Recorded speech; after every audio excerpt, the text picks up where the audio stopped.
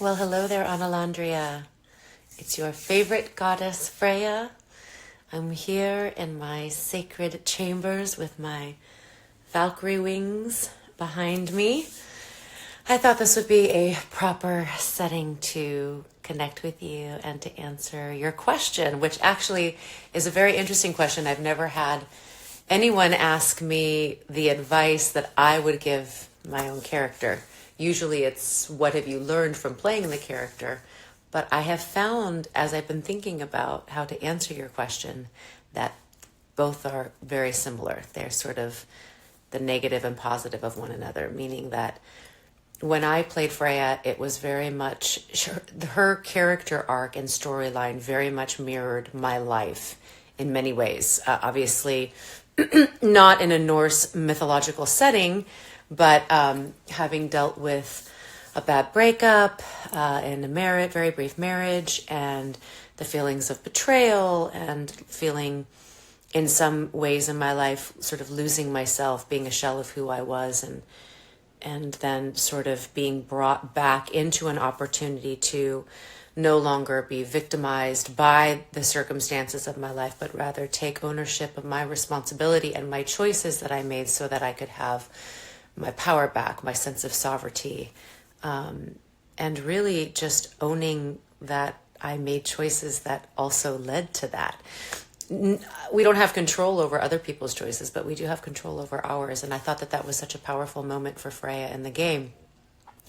So the one piece of advice, all that to say, the one piece of advice that I would offer Freya is to trust her gut and to beware of the emotional leading of the heart.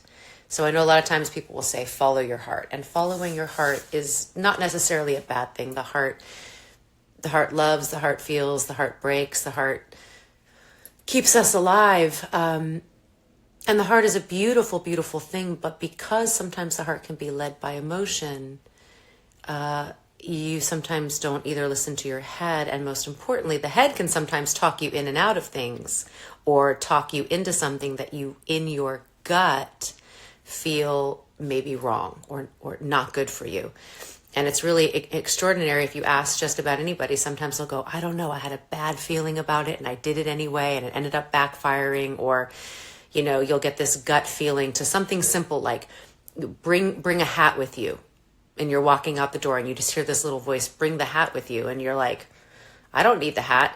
And then, 2 hours later, you're outside and it's really bright and you're like, oh, I wish I brought my hat. Like something, there's an intuition, there's an inner wisdom that knows almost like the future. It actually just senses what we need and how to take care of us.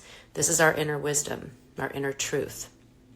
And it's always, always there, attempting to guide us if we take the time to pause and listen. So I think that there were a lot of circumstances why Freya made the choices she did, in particular to broker the peace between the Aesir and the Vanir, to marry Odin, to try to calm that guy down, to bearing him a family, and then of course that ends up backfiring because he's a little bit like a scorpion. He, is the scorpion and the frog. The scorpion takes you across and the frog's like, I don't know if I should trust you. You sting. And the scorpion's like, no, I promise I won't. I'll just take you across the river. And then sure enough, the scorpion stings and the frog's like, why? The scorpion's like, well, it's just in my nature. So people, when they tell you who they are, believe them.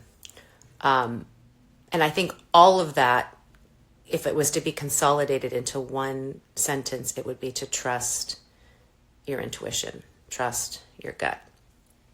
That's the advice I would give her. Thank you so much for this very thoughtful question and for loving Freya. And I hope you like my beautiful Freya bedroom with my Freya wings behind me. Lots of love to you, Analandria. Mwah, from the Goddess of Love and the Valkyrie Queen.